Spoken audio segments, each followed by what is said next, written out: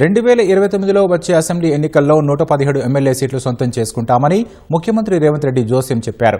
ఖమ్మం జిల్లా చింతకాని మండలం జగన్నాథపురంలో జరిగిన రైతు ఆశీర్వాద సభ వేదికగా బీఆర్ఎస్ పై నిప్పులు చెరిగారు. అదే వేదికపై నుంచి 1000 కోట్ల రూపాయలకు పైగా రైతు భరోసా నిధులను సీఎం విడుదల చేశారు. 30 నెలల్లో 1,70,000 కోట్లకు పైగా రైతుల కోసం ఖర్చు చేశామని సీఎం తెలిపారు. కల్వకుంట్ల కుటుంబాన్ని తెలంగాణ గడ్డ మీద నుంచి తొలగిస్తామని రేవంత్ రెడ్డి ప్రకటించారు. హరీష్ రావు రాత్రి బీజేపీ నేతలతో మంతనాలు చేస్తున్నారన్న సీఎం భద్రాచలం రాముడిపై ప్రమాణం చేస్తారా అని సవాల్ చేశారు. ఖమ్మం జిల్లా చింతకాని మండలం వేదికగా లక్షలాది మంది ఖమ్మం బిడ్డల సాక్షిగా భవిష్యత్తు చరిత్రను జరగబోయే కురుక్షేత్రాన్ని ఈ వేదిక నుంచే నేను చెప్పదలుచుకున్నా.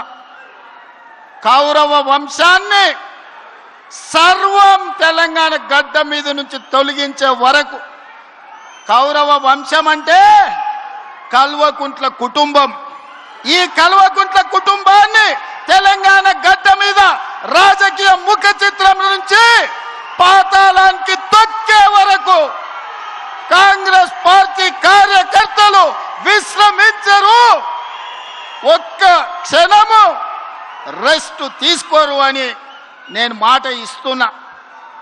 ఆనాటి జోస్యం ఎన్నికల 6 నెలల ముందు చెప్పిన, ఈనాడు నేను చెబుతున్న ఎన్నికల జోస్యం 36 నెలల ముందు ఖమ్మం గడ్డ మీద నుంచి నేను చెప్తున్నా.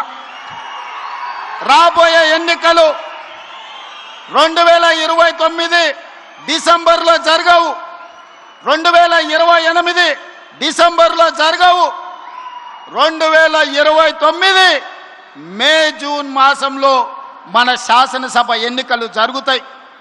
తెలంగాణ రాష్ట్రంలో ఉన్న 17 పార్లమెంట్లు సీట్లు 26 పార్లమెంట్లుగా మారుతాయి. 119 ఉన్న శాసనసభ నియోజకవర్గాలు 182కు పెరుగుతాయి. ఈరోజు చెప్తున్నా, 182 శాసనసభ నియోజకవర్గాలలో 117 సీట్ల పైన గెలిచి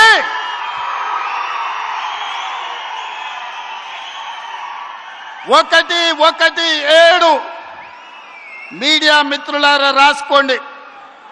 117 అంటే 117 శాసన సభ్యులను గెలిపించుకొని రెండవసారి తెలంగాణ రాష్ట్రంలో ప్రజాపాలనను కాంగ్రెస్ ప్రభుత్వాన్ని గెలిపిస్తాం. రాముడు మీద, భద్రాచలం రాముడు మీద ఆనా. ఇది ఖమ్మం కాంగ్రెస్ కార్యకర్తల మాట.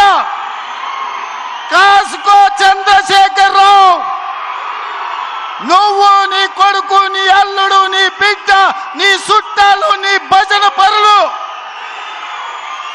నీ ఒప్పందాలు, నీ దొంగ సర్వేలు చేసే దొంగ ఏజెన్సీలతో సహా గుర్తు పెట్టుకోండి. ఈ తారీఖు జూలై 10, 2026 నాడు మాట చెప్తున్నా.